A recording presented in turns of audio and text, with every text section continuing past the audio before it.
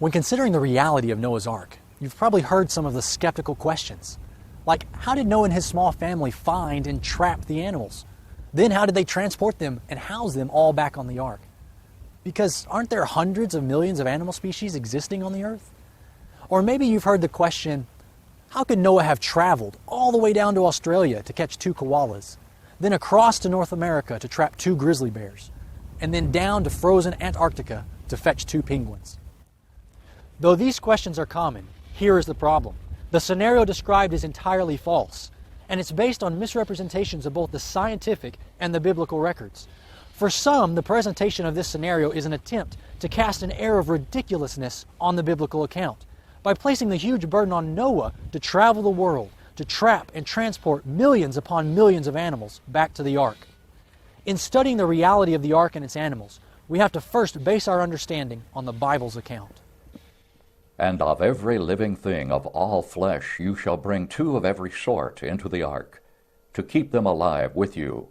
They shall be male and female, of the birds after their kind, of animals after their kind, and of every creeping thing of the earth after its kind. 2 of every kind will come to you, to keep them alive. 2 of every kind will come to you. The first fallacy in the skeptic scenario is that Noah did not have to worry about where to travel, what animals to trap, how to determine male and female of each species, or how to transport each of them back to the ark. The traveling was accomplished by the animals under the direction of their Creator. Whatever the geography of Earth's landmasses was prior to the flood, in such a cataclysmic event, the topography was different. Noah didn't have to travel to a distant region in the south to bring back kangaroos, or to a far-off region in the east to bring back pandas. Or he didn't need to trek through some northern wilderness to bring back a host of different bird kinds. Rather, he was to prepare the ark for their shelter, the internal compartments for their dwellings, and the stores of food for survival. Make yourself an ark of gopher wood.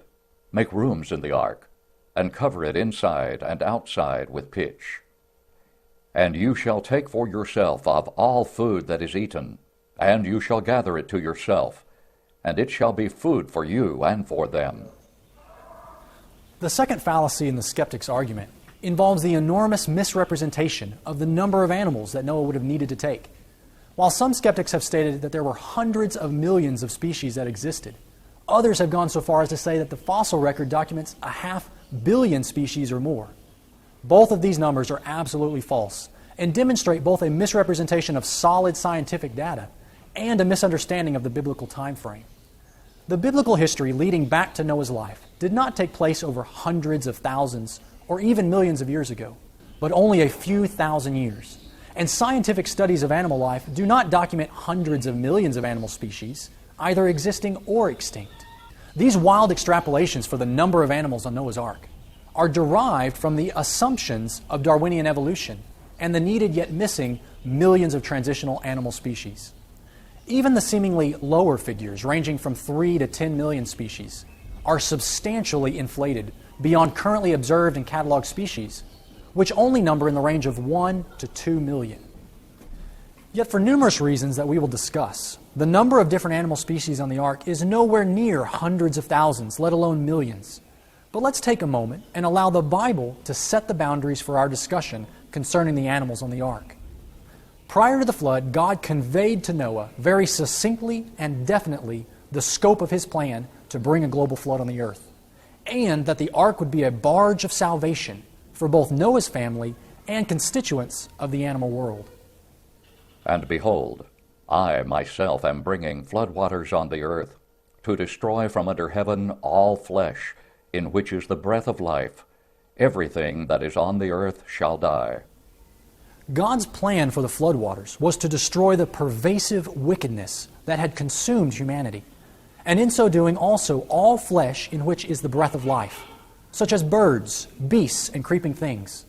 Thus the animals that came to Noah to board the ark were representative male and female pairs of only those kinds that would perish in the waters of the flood. On the very same day Noah and Noah's sons, Shem, Ham, and Japheth, and Noah's wife and the 3 wives of his sons with them, entered the ark, they and every beast after its kind, all cattle after their kind, every creeping thing that creeps on the earth after its kind, and every bird after its kind, every bird of every sort. And they went into the ark to Noah 2 by 2, of all flesh, in which is the breath of life. Once the appointed time had arrived, the animals of each specific kind entered the ark 2 by 2, for Noah to quickly settle them into their places, then usher his family inside. Once the appropriate members of all flesh with the breath of life was on board, God closed the single door in the side of the ark, and the cataclysmic event ensued. The waters prevailed 15 cubits upward, and the mountains were covered, and all flesh died that moved on the earth, birds and cattle and beasts, and every creeping thing that creeps on the earth, and every man, all in whose nostrils was the breath of the Spirit of life. All that was on the dry land died. After the torrential 40-day rains and the breaking loose of the fountains of the deep, the floodwaters covered all the mountains across the entire earth, and God's plan and preparation for the survival of life was fully realized. When reading through the Bible's account, not only are the general descriptions of land animals given, birds, cattle, beasts, and creeping things, but 3 times the Bible tells us that the animals that were either saved or destroyed had the breath of life. Thus, when we survey the modern descriptions of the kingdoms of life, the Bible's account only describes life in the kingdom of Animalia. So Noah did not have to take representatives from the kingdom of the plants, or the fungi, or the protists, or the differing types of bacteria. And despite many pages of skeptical critique, Noah did not take any aquatic animals, no algae, barnacles, clams, no fish, sharks, or even air-breathing mammals such as dolphins or whales. According to the Catalog of Life, which is an international database of taxonomy, there are just over 1 million known species of life in the kingdom of Animalia. However, of the numerous phyla in Animalia, the majority are either aquatic, such as the phyla of Cnidaria, Porifera, Echinodermata, and Bryozoa, or they are composed of creatures that do not fit the Bible's descriptions, such as mollusca, Annelida, Platyhelminthes. And in fact, over 85% of all animal species are found in the single phylum of the arthropods, which includes over 700,000 cataloged species of insects. And although we may think of insects and bugs as being creepy crawlies, they were not required passengers on the ark, because they neither fit the definition of the Hebrew word translated creeping thing, or they do not fit the description of having the breath of life in their nostrils. The phylum that contains the main classes of animals that do fit the required biblical specifications is that of the chordates. Yet even in this single phylum of approximately 66,000 species, roughly half are in the aquatic class of bony fish, which leaves approximately 31,000 species in 4 major classes fitting the Bible's description. These 4 major classes are the mammals with over 4,800 species, the birds with over 9,900 species, the amphibians with over 6,400 species, and the reptiles with almost 9,800 species. These 4 classes represent the most well-known and studied air-breathing land animals. There is one more well-known group of organisms that we have not discussed, the dinosaurs. This group of extinct animals can sometimes be missed because of the confusion that evolutionary interpretation applies. As part of God's creation, the dinosaurs were absolutely real members of the animal kingdom. Although we do not know how or when each dinosaur kind went extinct, we do know that whichever kinds were alive at the time of Noah would have been passengers on the ark if they had fit on the Bible's required characteristics. However, let's address 2 major misconceptions. First, we are usually enamored with the largest of dinosaurs, towering over us at museums. The Brachiosaurus, Argentinosaurus, Tyrannosaurus rex, Stegosaurus. Yet these large specimens represent only a small fraction of dinosaurs. The vast majority were actually quite small, and the average size of all dinosaurs was somewhere between a sheep and a cow. And further, this average size is for an adult dinosaur. We are not told in Scripture that the animals had to be adults, so God could have easily had younger animals and dinosaurs arrive at the ark for Noah to load. The second misconception about dinosaurs is that there were millions of different species. Just as we have discussed the reasonable numbers of animal species, the number of named dinosaur species is less than 1,000. So we can easily add to our figures 1,000 sheep-sized dinosaur kinds. So far, we have discussed the potential numbers of animals by following the species statistics of taxonomy. The modern definition of the term species can be a very controversial discussion among scientists. But the most popular definition states that a species is a group of individuals that actually or potentially interbreed in nature. In this sense, a species is the biggest gene pool possible under natural conditions. This concept, though, in its current form, has only been around for a few hundred years since the time of Carl Linnaeus, and represents modern humanity's approach to categorizing and studying life on Earth. Although the species is supposed to represent the largest pool of interbreeding organisms, there are many known exceptions to this definition. The term hybrid has been used to define an offspring from parents of separate species. And actually, there are 3 different degrees of hybridization. Interspecific hybrids occur between different species that are within the same genus.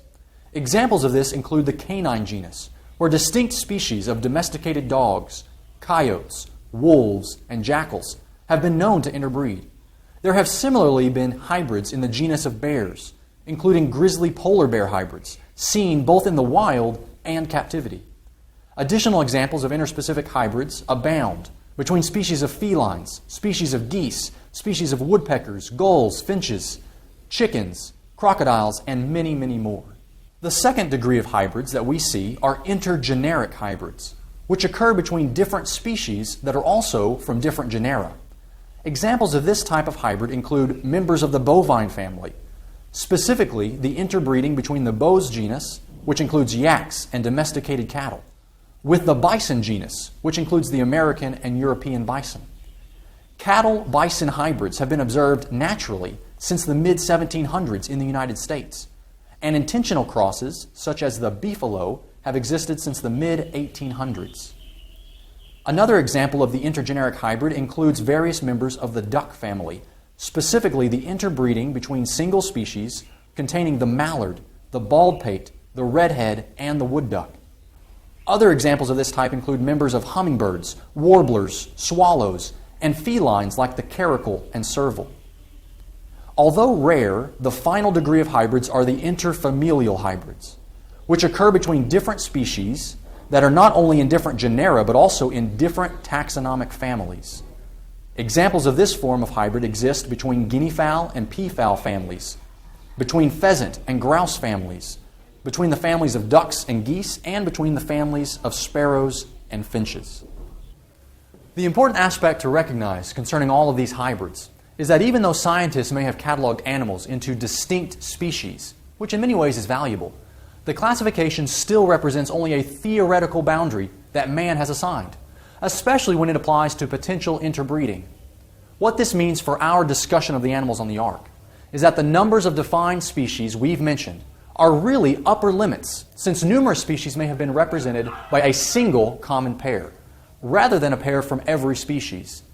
This distinction acknowledges that the Bible's use of the phrase, after their kind, is not restricted to our modern term species, and in many cases probably is equivalent to a higher taxon, like genus or family.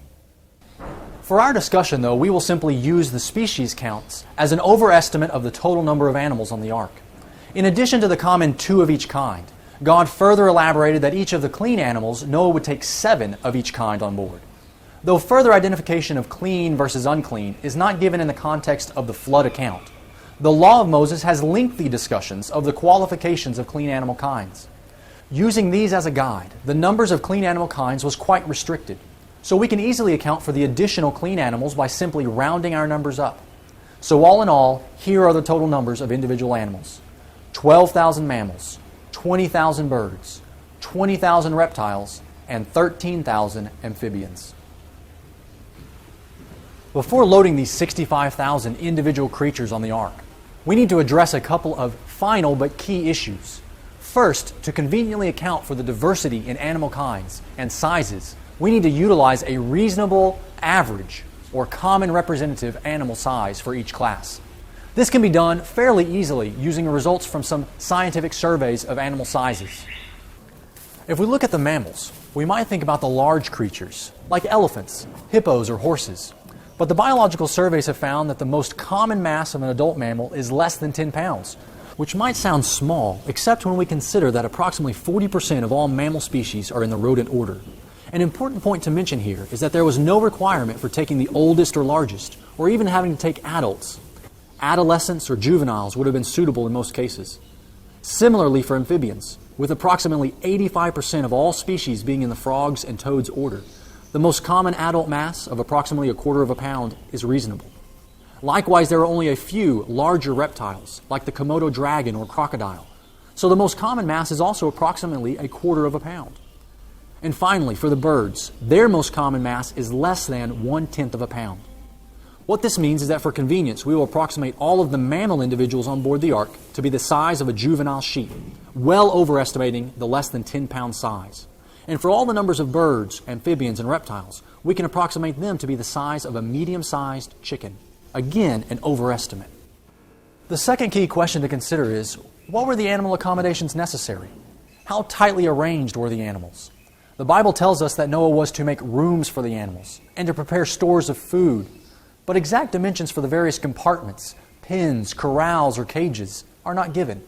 So when gauging the space requirements necessary for the animals on the Ark, there are two modern-day analogies that we will utilize: modern animal transportation and modern lairage or housing standards.